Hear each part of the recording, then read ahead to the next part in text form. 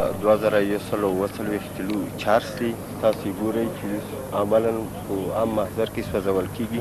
دا د خوست ولایت د مختلفو ارګانونو لخوا په ګډې همکارۍ سره د ببرک تڼۍ په سیمه کې د قاچاقبرانو نه لاسته راغلي وو او دغه ډېر اساس سورت شوي وو چې داسې معلومیږي چې دا اروپا ته صادرېدل. په دې باندې مختلفې د نیکروزو په شکل یې سورت کړي وو او دې باندې یې ټپې وهلې چې حتی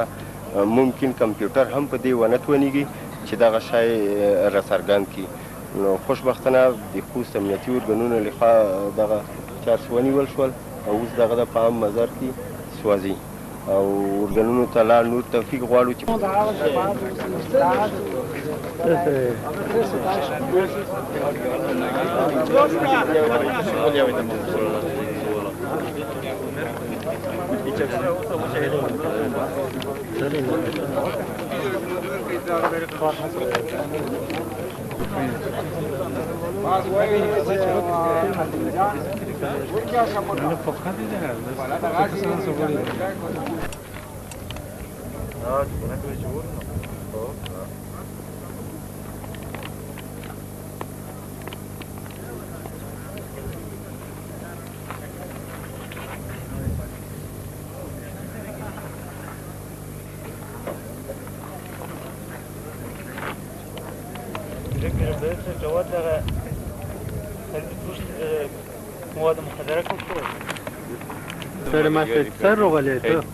مونږ چې دا چار سی وسول دولتي چارواکو او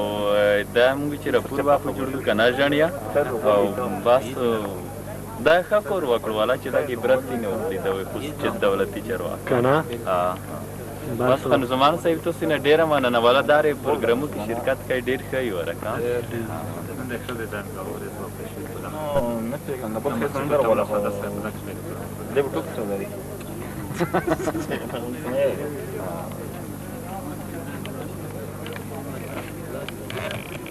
دا څنګه ورته منورا څه کوو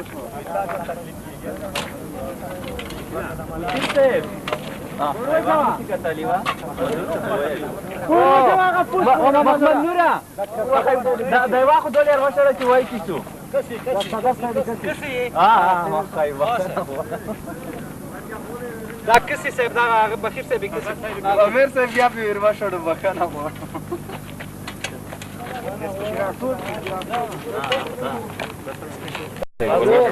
خاصلی پالوانی ما کوي نه لري وو بیروا مو شړلو افر ماشنه نه بوتای چې مې څه دا بجاتی کیمرا کې روغ لدا ولدي ولا دا په ته شو واوی کنه دا مو مخکې دی نه مو دې سره نور کې زو کیا تم شړی والا کمرې والے دلته کمرات شاړ د تجربه ته شامل درويخ کې مې ویلې وای چې ولی کا راشه بیرو مچواله قسم په خدای ور چوالي مې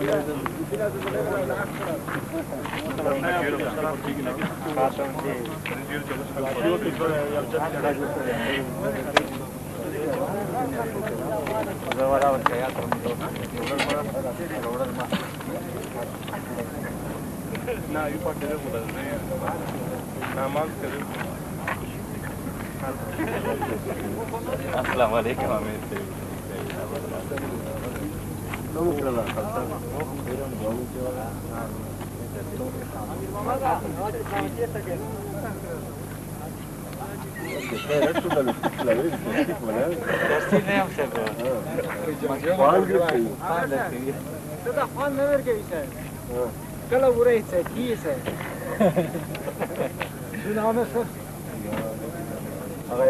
نجيبه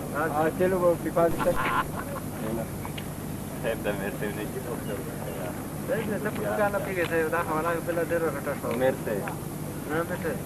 ویسه غلط كان بلا سلامه شروح له بیان اصل خیر ده مرسي صحیح کوي نجيب ولا كده مرسي ده چره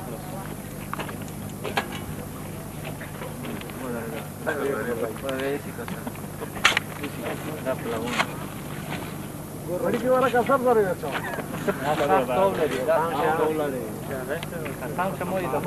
راز نسيزينا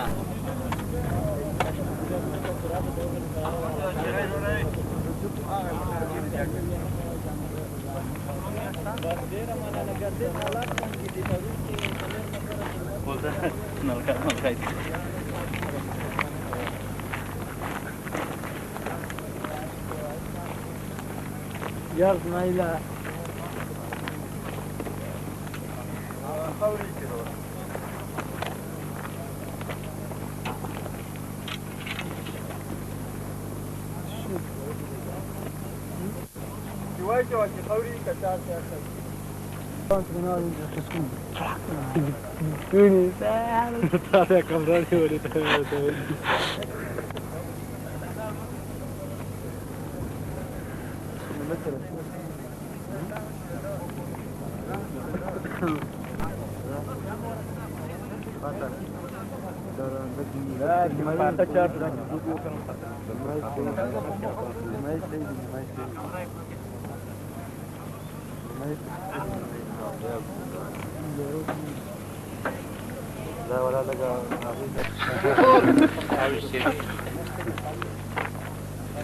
لکه برا خیلی ما څه ول ده خیلی علاقه دې جوړ خو یې وګوره 2000 کیلو چارج مو وسوځو ولا ډېر ګټه دنیا خیر ډېر د نیم پوس په جوړېدل د بل قومندان صاحب نجیب باندې سره و بخوي نجیب خدای ته لرګي راوړل نو خدای و هم خریدو او دا به مونږ هم د جنایي جرمونو غواړو چون دا مونږ وظیفه ده خلکو ته به هغه کو چې څوک چې بد اخلاقه وي هغې نه باید علیه تناسلي کټ شي او دا هم په خوست کې د اول بار دپاره